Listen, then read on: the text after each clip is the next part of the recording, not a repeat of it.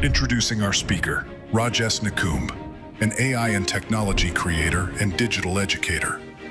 Founder and CEO of Content XP Media and the digital creator behind Digital Rajas, a community of over 180,000 learners, impacting 3,000 plus individuals through education and workshops. TEDx at Tulas International School on 6th Feb 2026. Let me confess something, my dear friends.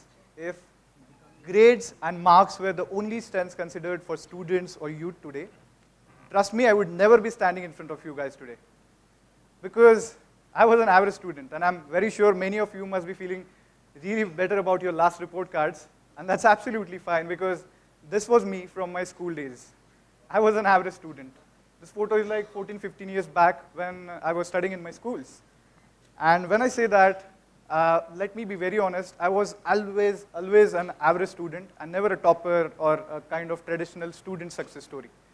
Well, while saying that, I genuinely believed that marks are everything in life and marks, they decide every single thing in your life, like how confident you should be, how far you will go in your life, whether if you are smart or not. Everything was based on marks and something that I was not really good at. As a student, as a person, I was very curious and confident since a very young age. Not confident actually, but curious and creative, but always average on paper. And whenever I used to get less marks, I used to go into this zone called as low confidence zone. I'm very sure this happens with many of you as youth of a particular institute or as just a youth, right? And I'll tell you what exactly happens. Whenever you get into that less confidence zone, you start doubting yourself. You do not believe in yourself. And that's where the real damage begins as a youth, as a student. And I call it as an invisible damage, something that silently starts happening within yourself, that only you can understand, that only that person can relate to who has got less marks in the exams. And you know what exactly happens? When something like this happens, you actually start doubting yourself. People can just judge your answers, but you start doubting yourself, which is the worst part that can happen to any individual. And when I say that, more things happen, like you stop raising your hands in the classroom, you stop taking initiatives in something that is good, something you might be actually good at, and you start feeling that I'm not actually made for this, something that I felt also. And you know what, when I say I was an average student, I wasn't a bad student. I was just bad at, I was not even bad at learning. I just used to take my own time.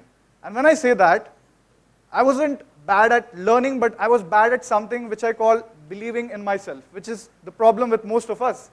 And that faith, that belief remained with me until something unexpected happened in my life. Until life gave me an unexpected classroom. Well, it all started during a pandemic, COVID, something that we all experienced and something that was really tough for all of us. A pandemic that sprawled and spread it across the globe, which was a troublesome time for all of us, turned out to be a great boon for me as a person, as an individual, because then I was sitting in my hometown. I had to go back from my city where I was taking my education due to government regulations, and I had to go back to the hometown, and I was sitting in my home silently, which I cannot do for a long time. So what I did was I thought of sharing something with people. Now when I actually asked myself what I can do, then I thought of sharing something that I was better at. So I was better at few digital skills. I was good at design skills, few editing skills. So I thought to teach that to people around me. So I started all with teaching people from one single small room that my parents still have in one of their houses. And this is my first setup where I started teaching as an educator. And that's my first laptop that was gifted by my dad. So that was very much for me because I'm coming from a very middle class family, and having a laptop, I used to think, how can I monetize it? How can I use it in the best way possible? So these are a few photos of my workshops that I used to teach online on Zoom. So I did my first workshop. I believe that all the big things in the world, they start with small beginnings. So this was the small beginning of my journey as an educator. I was teaching people some basic design concepts, fundamentals of design and editing then. And this was one of my first workshops that I had then. And I did my first workshop.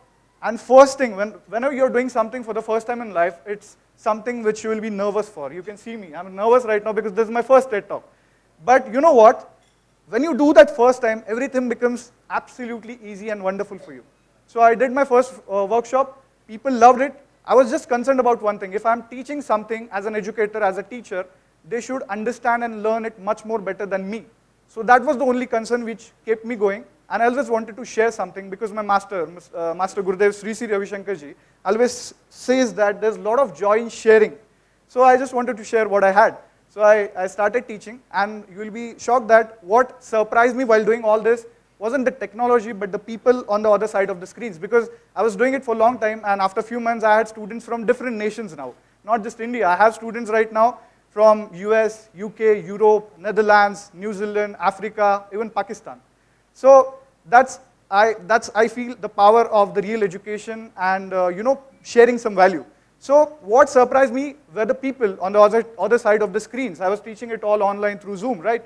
So how people surprised me, I'll tell you, because all the people who were learning from me were either doing something better in their lives, were already successful. I still have a few students who were already celebrities. They were either older than me in terms of age, or they were successful, as I said. And they had more experience than me. And yet they were learning from me.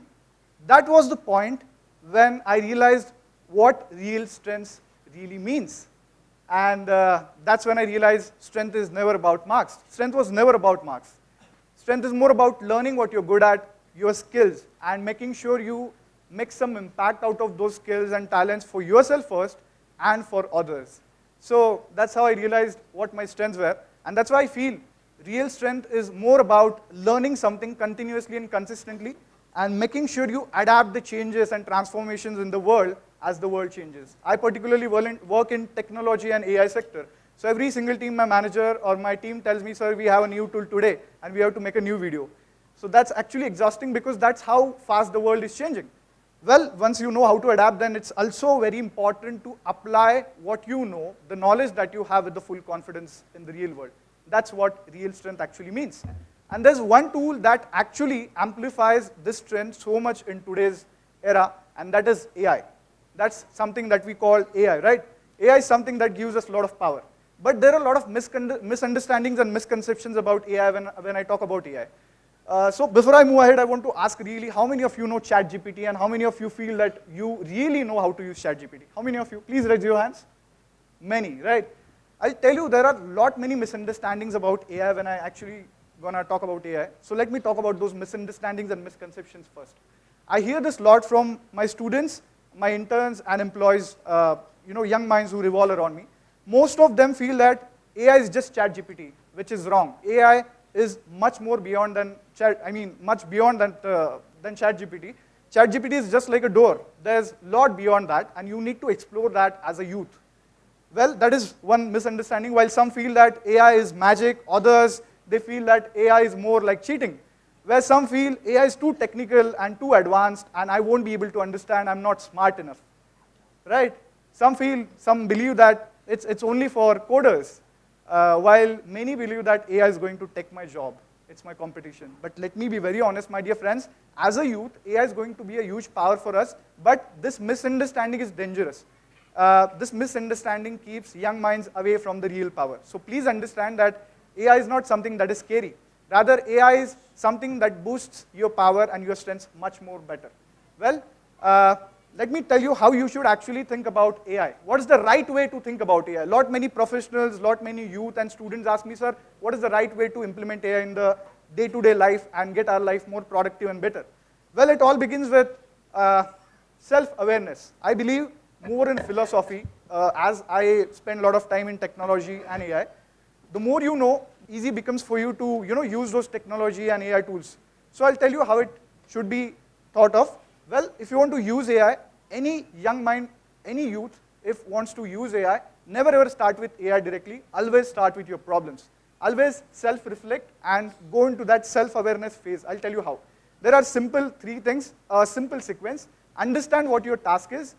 For a person like me, creating content is a major task, and I have many subtasks, right? So the task that I have is different compared to students, compared to teachers. So everyone has their own task. So first, make clear